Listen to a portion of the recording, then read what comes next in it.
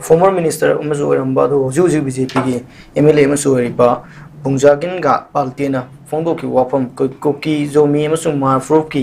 UT status piraba matamda ing tap hanjilakani ai wafam aduga mahana fondo leba sei ko gi manipur ing mahusa gum ing tap hanjilal na pandamda koi maitai puru ko kaidong nungda famina da wari shana bagi tabak ta mah yauroi hai wafam ju mahana fondo leba tare hai riba mah ki wafam sida kamani yengbe Masih democracy cat palai pak ni na jana dapat differences singse masih balance na answer pina bagi muhutta aku negotiating table dah la kanda aku fajana madu merit and demerit madu practicability aduga madu historical features bagi historical realities aduga aku circumstantial realities में आम से मसी aku one by one aku फसना composite और बात dialogue फसना चथा नरका मसी solution तो बगी लंबी दा लापा है बसे मती मधुगी याना दा बाय ना बा खुना बा अदुगी में आम से मसी democratic process समदा मसी solve तो ना बा अदुगी understanding लापा है बसे मती तनाई फदना मसी तो हम थोप थवा अमने ना तो मैं थम जगह तो वो aku cookie जो सिंगी और बा मखोई तोंगान बा सेपरेट एडमिनिस्ट्रेशन अमा पीरबा खक्तदा मणिपुर शांति हलन जहन बंग नमगनी हाबसे मसी कुकी साइड की वाने हाबा कुकी की साइड ना हाइजबा मोइना खनबा मोइगे एस्पिरेशन नेबा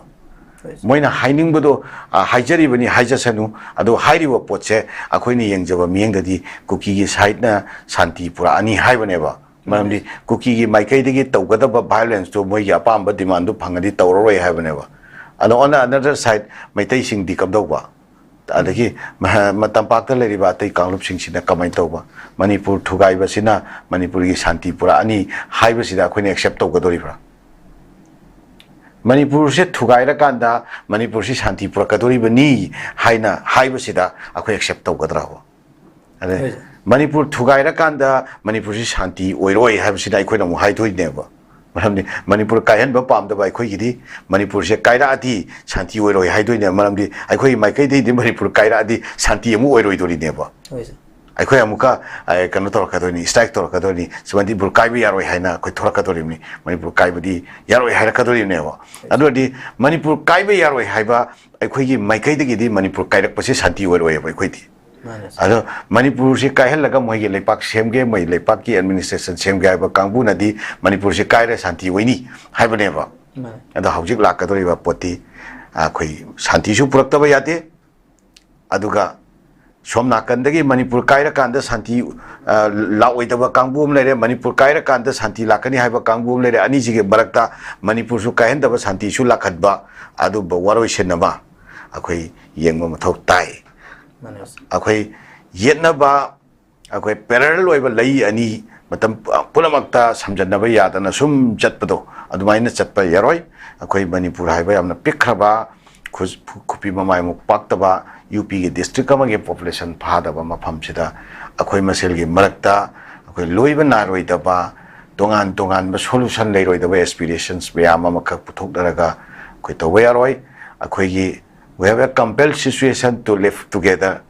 Akoi hingmin na bagi compelled situation nama akoi punama ku sembiriba mapula akoi da thabira khrabani madu akoi kana matana deny toraga chatpeyaroi adugi mahutta akoi mayam che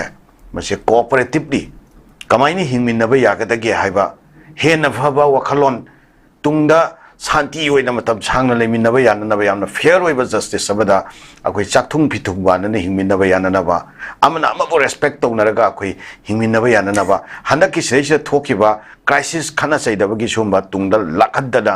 अखोइ हिंगमिनबा याननबा अनोबो खलन थिमिनबा मथौ ताय अदुन हेना Phagni याबा नुमाइना वखल थमजगे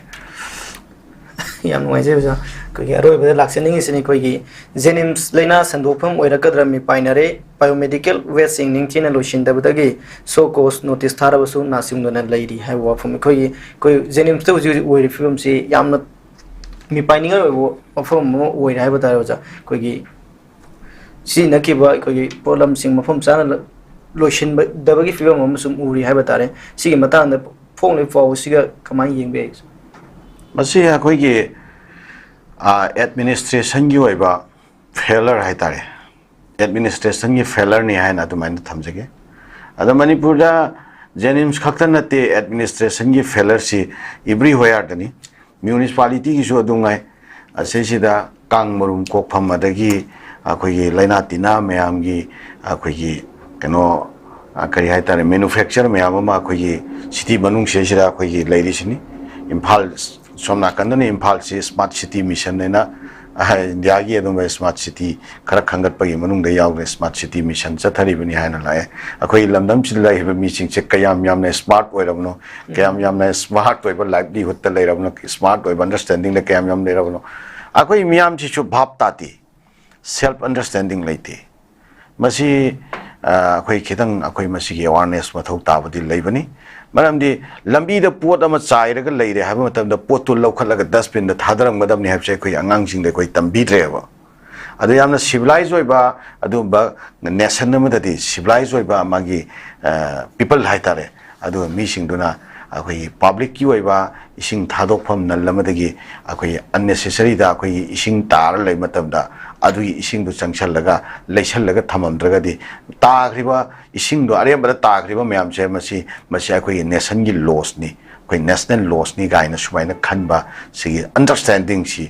akhoi lamdam si people sing sira leibam changeba ana akhoi punamakna akhoi gi jaga se luna nan gada bani hai basi si gi understanding se self understanding se masi su yam whatever nenga ngakta da blame to bagi wa pham da ta ba akhoi gi oiba self understanding am what le akhoi gi lam da lariba club organization sing se masina su magi area sing se nalhan na bo hona bagi thabak se am what le ba adagi nakala moramda administration sisu akhoi building sajalamba office sajalamba tu di araibani adagi office to building do madu phajana maintenance to bose masigi pochiam masine yam luri se aduna akhoi any office nataga